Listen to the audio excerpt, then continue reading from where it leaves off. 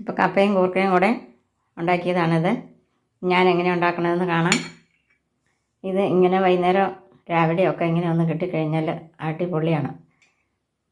ഇങ്ങനെ ഒരു കപ്പയും കൂർക്കയും കൂടെ ഒരു പുഴുക്കും പിന്നെ ഒരു കടും ചായയും കൂടെ കുടിച്ച് കഴിഞ്ഞാൽ അടിപൊളിയാണ്.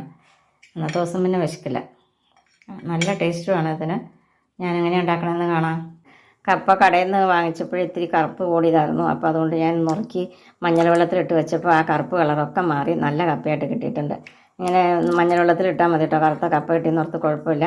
ഇങ്ങനെ മഞ്ഞൾ വെള്ളത്തിലിട്ട് കഴിഞ്ഞാൽ എല്ലാം നല്ല കപ്പയായിട്ട് കിട്ടും. നല്ല ഒരു കുറച്ച് നേരം കൊണ്ട് കറുപ്പൊക്കെ അങ്ങോട്ട് മാറി കിട്ടും. കൂർക്കയും നന്നാക്കി എടുത്ത് വെച്ചിട്ടുണ്ട്. ഇത് രണ്ടും കൂടി ഇനി വേവിച്ചിട്ട് വളർത്തിയെടുക്കാം. കപ്പയും കൂർക്കയും അങ്ങനെ വേവിച്ചെടുത്തിട്ടുണ്ട്.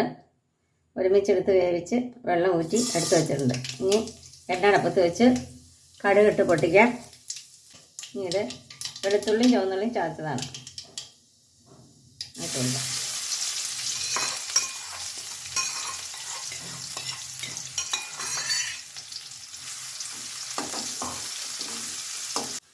ഇത് ഏകദേശം മൂത്ത് വന്നിട്ടുണ്ട്. ഇനി ഇച്ചിരി ക്രഷ്ഡ് ചില്ലി ഇട്ട് കൊടുക്കാം.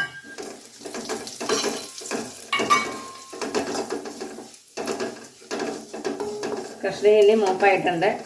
ഇനി അതിലേക്ക് ഒരു കളറിന് വേണ്ടി അല്പം മുളക് പൊടി മഞ്ഞൾപ്പൊടിയും കൂടെ കൊടുക്കാം.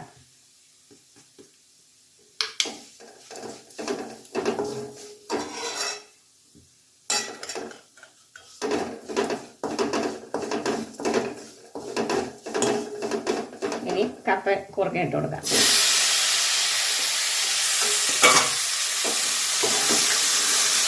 ഒപ്പം തന്നെ കറിവേപ്പില ഇട്ട് കൊടുക്കാം.